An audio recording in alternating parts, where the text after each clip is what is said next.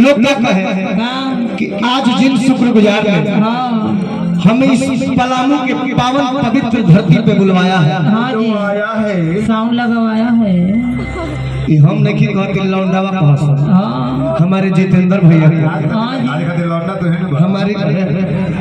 के हो मने से मने हम कलाकारी करते तो लौंडा हो गए। अच्छा तू कहल ठीक है बा बीच में तार हिसाब हो ए बाबू कह सके जितेंद्र पासवान जी को लहे लहे दिल से, हमारी भाभी जी को तहे तहे दिल से, छोटे छोटे दिल से, कोमल कोमल दिल से, शरीर के कोनो अंग ना तो पिए सजन छोटे छोटे दिल से हाय हाय हाय शुक्रिया अदा करते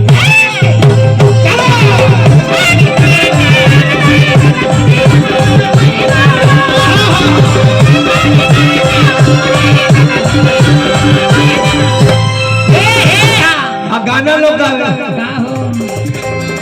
कि माता जाकी पार्वती हरे पिता महादेव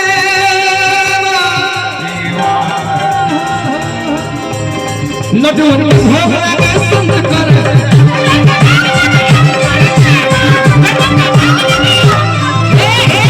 ऐसा क्या करे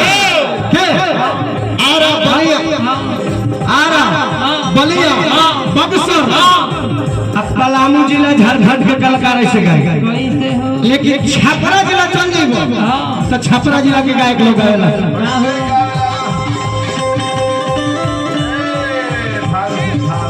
छपरा जिला के छपरा जिला हो अरे माता जाकी पार्वती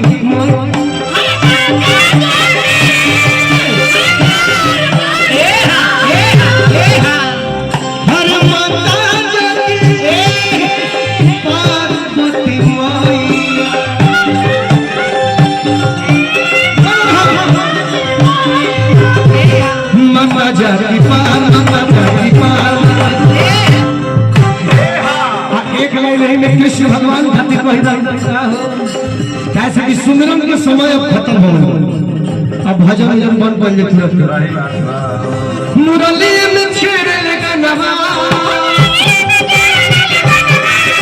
मुरली में छेड़े गनवा बनवा में नंद किशोर कि मुरली में छेड़े गनवा बनवा में नंद किशोर बंसी बजा भैया कन्हैया छोड़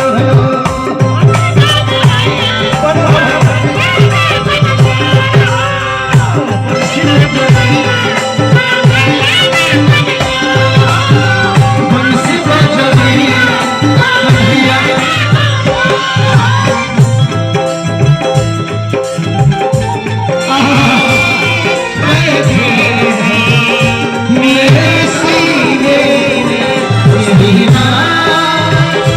जाने की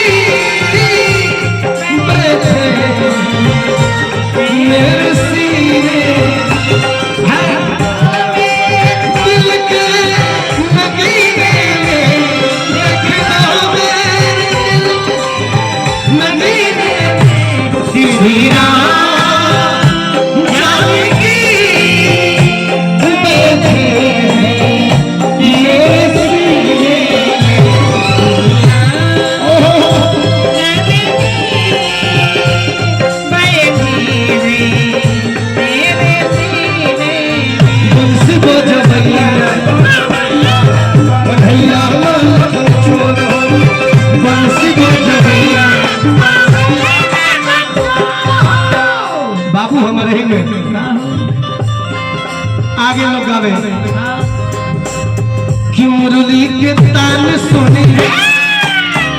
गोपिया मोहली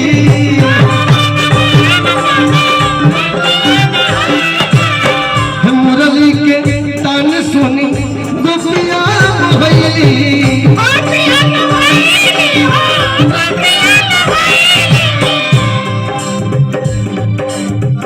दौड़ल धूपल नदिया तीरवा पयली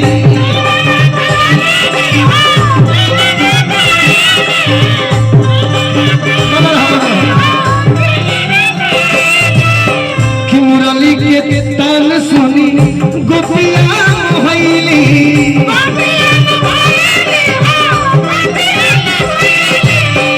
दौड़ल धूपल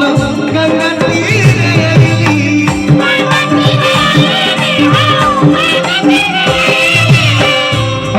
चाहता हूं कि जितनी भी हमारी नृत्यांगनाएं हैं वो मंच पे आ जाए, समय हो चुका है।